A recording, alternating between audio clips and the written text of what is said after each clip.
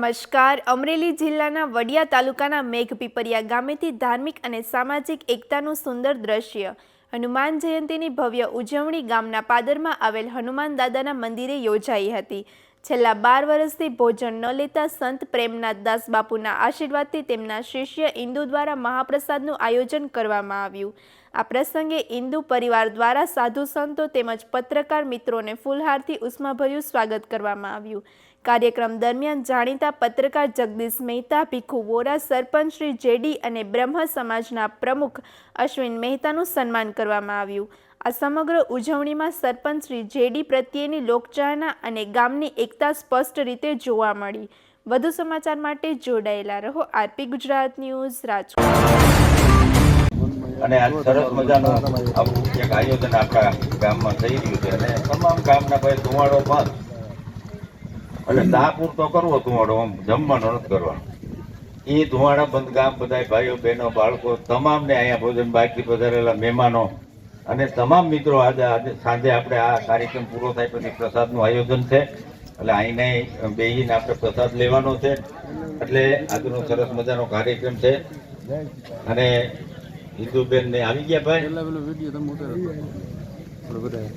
તો ઇન્દુબેન નો પરિવાર ગોંડલ થી જે માલકિયા પરિવાર છે એ દર શનિવારે અહીં આવે છે અને બાપુનો અનન્ય ભક્ત છે અને બહુ ભાવથી સેવા કરે છે।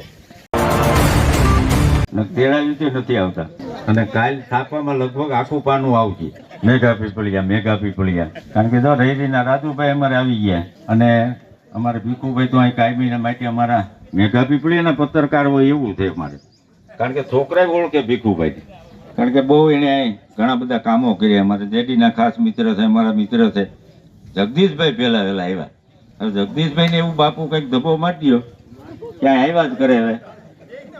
અને અશ્વિનભાઈ અમારે બ્રહ્મ સમાજના પ્રમુખ છે એટલે ધબ્બો મારી દો એટલે અઠવાડિયે 10 દિવસ નહીં પણ મહિને એકાદ વખત ભાઈ માલકિયા, રવિભાઈ વોરા એમના જમાઈ છે, રવિભાઈ માટિયા, ભાવેશભાઈ, બાબુભાઈ હર્ષલિયા અને રાહુલભાઈ સાકરિયા, આ બધા મિત્રો આવે અને પહેલા પૂજ્ય અમારા પ્રેમનાથ દાસ બાપુનું સન્માન કરશે, પછી બધા સંતોને વારા પ્રતિક્રમશ બધાનું સન્માન કરશે। લાવો બધો પરિવાર જાહેરાત કરે અને સરકાર પાસેથી આવી ફરી અને આ છેલ્લું ગામ છે અમરેલીનું, અહીં રાજકોટ જાય આ અમરેલીનું છેલ્લું ગામ છે એટલે નકશામાં હું વરસાદમાં ઘોળાઈ ગયું છે એટલે બહુ અસર નથી થતી, કારણ કે ઓલો સાહીના ટીપા પડે ને નામ એટલે આ છેલ્લું ગામ છે। આ છેલ્લા ગામનો કોઈ ભાવ ન પૂછે એટલે એવું ગામ અમારું છે, છતાં પણ અમારા સરપંચ જોરદાર છે એટલે ઘણા બધા કાર્યો અને વિકાસના કામો અહીં અમારા કરે છે। બે ઇન્દુબેન આવી ગયા ભાઈ,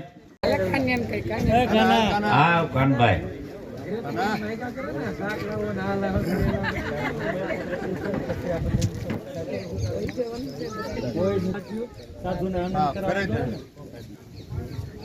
મુંબઈ જા ને લઈ લો